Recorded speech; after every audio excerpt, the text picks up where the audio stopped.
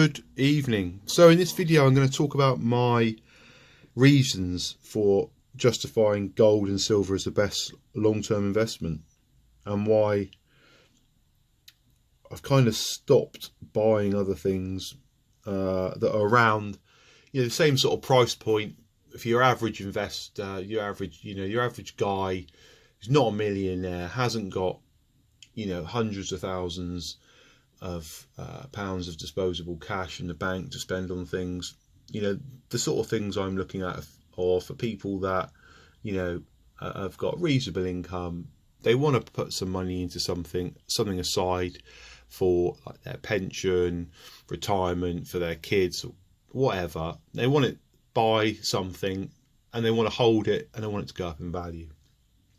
And I've tried loads of different things. I've always tried to buy things initially that I knew about and was interested in. So I used to know a lot about Lego. So I used to invest in vintage Lego, and I got rid of all of that. And there is quite a big market for vintage Lego, 1977 vintage Lego sets. So I used to buy Lego sets. I bought vintage Transformers. I bought vintage Pokemon cards. Obviously that isn't a vintage one. I'm not going to dig everything out now. I've bought limited edition books, but there's only like 100 printed. You name it. I've bought all these things, and in the end I look back 10 years on, and a lot of these things, sadly, and obviously this is not exhaustive of the things I've bought memorabilia, from sports memorabilia, from famous people that have used things, like rackets, chessboards, signed football shirts. The things I invested in generally tend to be like small, portable, hopefully a wide appeal, and will go up in value. So you can see all the things I've just talked about, I hoped were going to be that, but it's clear to me that I just wish I hadn't really gone into them, and instead spent all that money on just at the time I was buying those things on gold or silver. So it's just kind of really a rant. I don't know, it's not going to be a rant. It's going to be a positive video actually, about why 5 reasons I like to buy gold and silver. So the number one reason for me, really, just buying gold and silver, it's just such a proven store of value and wealth. 5,000 years gold's been around. Everyone understands it. That's what I've realized. People don't give a crap whether this Transformer or this Lego set was, it's just too specialist and too much of a limited market. Somebody has to know that this Pokemon card was this 10th edition, signed by what's his face, Kirio Asaki is the author of this, and it's a limited edition, and there's only 100 in the world. I've realised it's just too complicated, and it can change too easily. You tell somebody you've got 10 gold sovereigns, they just get it. They just get it. You don't need to do any more. Yeah, I've got some sovereigns, I'll swap for that, or yeah, I'm going to liquidate my gold bars. They don't need any more explanation. Gold is wealth. It's renowned in the world. Everyone gets gold and silver. There's no, you just don't have to make it out to be anything else other than it is, and we can all just get on with it, and you can be happy knowing that whatever you bought is, if you buy bullion or you buy a collector's piece, you can just be happy that at the end of the day you bought some gold and it should go up in value. So that's probably my number one reason, that it's a proven store of wealth, it's renowned in the world, and it's liquid. It's so easy to get rid of it. Everyone understands what it is, and there's no problem. So number 2, it's just robust. It just lives on. These precious metals, gold and silver, they're just not going anywhere. All this sort of stuff magazines, books, collectible, it all perishes. Already some of the like ancient collector magazines that I've bought are tatty. I've got to worry about how to store them. I've got to worry about the boxes of these vintage Lego sets degrading in the loft, and how am I going to keep them? I'm going to have to make an airtight thing, this, that and the other. Gold is gold. It's just going to be sat there. There's no problem with it. And that's what I just love about it. It's just so robust. And it doesn't perish. And it doesn't get turned off. And when I say it doesn't get turned off, this is what you have to remember about crypto, especially things like Ethereum, where it's supposed to be a decentralized currency and nobody can control it. And it's you know, the answer to shutting all the banks down, where we know that actually something like Ethereum is just a network, and somebody essentially could just flick a switch and just shut it all down. I think Bitcoin is truly decentralized, and there's only 21 million of them. But you're seriously telling me, you know, that, you know, there's so much competition now in the crypto world, and these things are just cropping up everywhere. I just don't think they're in the same league. And as we know, you know, the power goes, somebody deletes your ledger, you lose your Bitcoin wallet, whatever, it's all gone, your wealth. This stuff will be surviving us long after we're all 6 foot under the ground.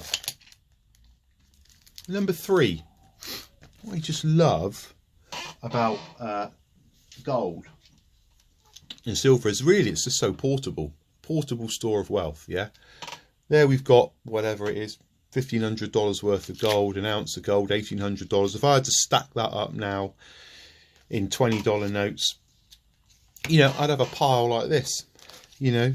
And people say silver is a bit of a pain to store, but it's not really. On the grand scheme of things, it's not that bad. It's not a problem at all for me. So that's another reason. The third reason I love gold and silver is it's portable. You can take it anywhere. You can have a little bit on you. You can buy it in a 1/10, and you can, you know, whatever you want to do. There's a size denomination for you out there. So if you're traveling, or you know, you just want to, you're going to another country and that's the currency, you can just take a small amount, tenths, or you can buy your kilogram bars and back up the truck. There's not a problem. There's an amount for everyone. 4. What I love about gold and silver is it's affordable for anyone. Anybody can get into this, really. 25 to 30 bucks. You can start collecting and stacking gold and silver and protecting your wealth. We already know inflation's out of control, utterly out of control. And this, you know, transitory inflation, the Federal Reserve says in America. So I think it was 5.4% 2 months in a row. Then it went down to 5.2, and I think recently it's back to 5.4% inflation. So it doesn't look good, does it? You know, temporary, transitory inflation. I mean, I don't know what nonsense they're spouting. You know, it's pretty clear that they're in big trouble. But I think they can control inflation. I think that's what they factored in. They think they can just, you know, up rates and use their toolkit and their toolbox of tricks to get themselves out of this hole. But I don't actually think they can. I think it's too late. I think it's just basically it's over, and they're probably just thinking about now how they can come up with some swindle to keep everyone happy. But it's just a matter of time. So yeah, you can buy 1/10 of an ounce, 1 ounce, kilogram, whatever, gold, silver. It's affordable, and I like that. 1 gram bars, brilliant. I can't find my 1 gram bars, but I have got some. And the final reason I just love gold and silver and all this physical stuff is that it's offline. It's out of the system. Nobody knows. Nobody can hack it. Nobody can get at it. Nobody really knows what you've got, you know.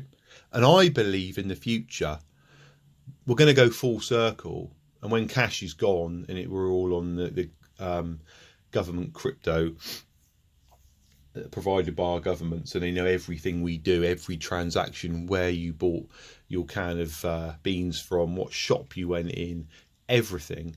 That gold and silver will come back round and will be the new form of cash, and that will be the way people will want to buy things outside of the system, so nobody knows, you know, what's going on. So I bear that in mind. We're not there yet, and we probably won't be there in 3 years, but probably if you're in your 40s now, I reckon in our lifetimes we'll see possibly an end to cash, and central bank digital currencies will be the norm. So yeah, that's just a kind of a video I just wanted to make. It just popped into my head, and I know it's hard out there at the moment. Gold and silver have been a bit sideways, have been knocked back. I'm still waiting to invest. I have picked up a couple of little things recently that are on the way. You know, back at $23 silver, around 1795, 1800 gold. See what's going to happen. I think it's not over yet. I really do think another month of this increased inflation, and people realise it's not transitory, will start to worry markets and investors, and they will look and seek to store their wealth in things like gold and silver.